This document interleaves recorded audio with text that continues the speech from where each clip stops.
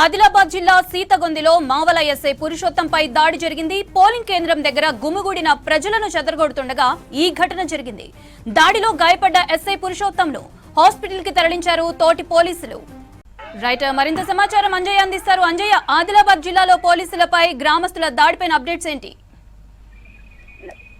Yes Mounitha, సీతాగొంది Adilabad జిల్లా గుడియాత్నూరు మండలం సీతాగొంది గ్రామంలో టెన్షన్ వాతావరణం నెలకొంది. ముఖ్యంగా పోలింగ్ సందర్భంగా కొంతమంది వ్యక్తులు గుమిగూడడం జరిగింది, గుమిగూడి రెచ్చిపోవడం జరిగింది. ఈ సందర్భంగా పోలీసులు శాంతి భద్రతలు అదుపు తప్పకుండా చర్యలు చేపట్టడం జరిగింది. అందులో భాగంగానే ఎవరైతే కొంతమంది అల్లర్లు సృష్టిస్తున్నారో వారిని అదుపు చేయడానికి ఏదైతే అక్కడ నుంచి చెదరగొట్టడం జరిగింది. ఈ సందర్భంగా కొంతమంది అక్కడ ఉన్న వాళ్ళు రెచ్చిపోవడం జరిగింది. రెచ్చిపోయి ఎవరైతే అక్కడ విధులు నిర్వహిస్తున్న పోలీసులపై దాడులు చేయడం జరిగింది. ముఖ్యంగా రాళ్ల వర్షంతో ఏదైతే రాళ్లతోని దాడి చేయడం జరిగింది. ఈ రాళ్ల దాడిలో అక్కడ విధులు నిర్వహిస్తున్న మావల ఎస్ఐ పురుషోత్తంకి గాయాలు కావడం జరిగింది. ముఖ్యంగా పోలీసులు స్వల్ప గాయాలయ్యాయి అని చెప్తున్నారు. అయితే అక్కడ పోలీసు ఏదైతే ఎస్ఐ మీద దాడి జరగడమే కాకుండా అదేవిధంగా పోలీసు వాహనం కూడా పూర్తిగా ఏదైతే వెనుక భాగంలో ధ్వంసానికి గురైంది. అదేవిధంగా అద్దాలు కూడా పూర్తిగా ధ్వంసం కావడం జరిగింది. ముఖ్యంగా అక్కడ ఏదైతే మనం విజువల్స్ లో చూస్తున్నామో ఒక్కసారిగా